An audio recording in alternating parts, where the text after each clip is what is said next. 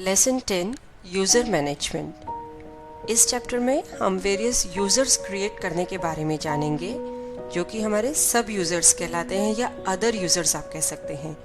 Company creation के time पे हमने सुपर यूज़र क्रिएट किया था जिसके के पास सारी अथॉरिटीज़ और राइट्स थे कंपनी में वर्क करने के लिए।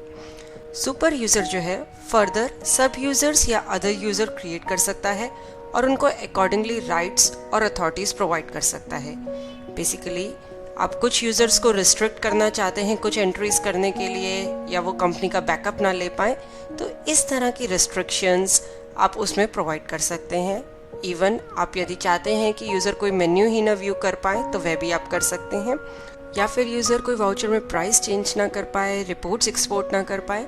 बेसिकली वे सारे रिस्ट्रिक्शंस जिससे कि आपका डेटा जो है सेफगार्ड रहे किसी मिसयूज से, वे सारी आप सब यूज़र्स के लिए लगा सकते हैं अथॉरिटीज़ या रिस्ट्रिक्शंस। इसके लिए सबसे पहले आप एडमिनिस्ट्रेशन में यूज़र्स ऐड ऑप्शन यूज़ करके न्यू यूज़र्स क्रिएट करेंगे। यूज़र का नाम बताएंगे, पासवर्ड बताएंगे जिस पासवर्ड से यूज़र कंपनी में लॉग इन कर सकता है, और इसके बाद यूज़र से जुड़ी सारी ऑप्शंस आप कॉन्फ़िगर करेंगे। देखिए यहाँ पे specify state for this user, किस ब्रांच में वह यूज़र है बेसिकली करंटली, तो वह बता सकते हैं। वाउचर सीरीज ग्रुप बता सकते हैं। नेक्स्ट है read control from other user. यदि आपने कोई एग्जिस्टिंग यूज़र को कुछ राइट्स दे रखे हैं और वही सेम राइट्स आप इस यूज़र को देना चाहते हैं, तो आप यहाँ पे ये स्पेसिफाई करके वह यूज़र सिलेक्ट कर सकते हैं। बेसिकली यदि आप वही काम सारा का सारा रिपीट नहीं करना चाहते तो आप इस ऑप्शन को यूज़ कर सकते हैं। जैसे हमने यहाँ पे बताया कि जो यूज़र राकेश के राइट्स हैं वही एज इट इज़ यूज़र करण के राइट्स बन जाए। आपको फर्दर फिर इसमें कोई और कॉन्फ़िगरेशन सेट नहीं करनी पड़ेगी। यदि आप न्यू राइट्स डिफाइन करना चाहते हैं तो इस ऑप्शन को नो करें।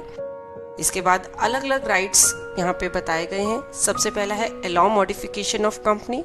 कंपनी की इन्फो में कोई मॉडिफिकेशन अलाउ करनी है या नहीं करनी।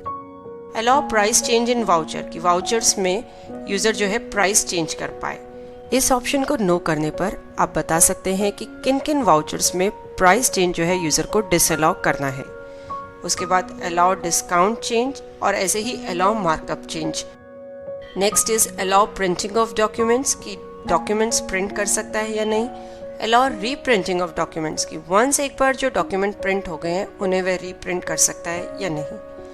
Hide value of items in reports, कि आइटम की जो वैल्यू है वो रिपोर्ट्स में हाइड कर दें ताकि यूज़र जो है रिपोर्ट्स में आइटम का वैल्यू बेसिकली अमाउंट या प्राइस जो है वो व्यू ना कर पाए। नेक्स्ट है allow export of reports, reports को एक्सपोर्ट कर पाए किसी और फॉर्मेट में, PDF या एक्सेल में, अलाउ करना है या नहीं करना। अलाउ डेटा बैकअप, डेटा का बैकअप अलाउ करना है या नहीं करना।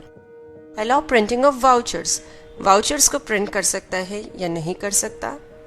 एंड उसके बाद है restrict back date entries. Important option है कि बैक डेट की जो एंट्रीज हैं वो अलाउ करनी है या नहीं करनी। बैक डेटेड एंट्रीज आपकी जज होंगी लास्ट वाउचर डेट पे या फिर सिस्टम डेट पे। बेसिकली जो भी लास्ट वाउचर डेट डली है उससे पहले का कोई एंट्री यूज़र कर सकता है या नहीं, या जो सिस्टम डेट है उस डेट से पहले की एंट्री कर सकता है या नहीं। यदि आप इस ऑप्शन को येस करते हैं तो आप इस ऑप्शन को कॉन्फ़िगर कर सकते हैं और वाउचर वाइज बता सकते हैं कि किस वाउचर की किस सीरीज में कितने दिन तक बैक डेटेड एंट्रीज जो है अलाउड है।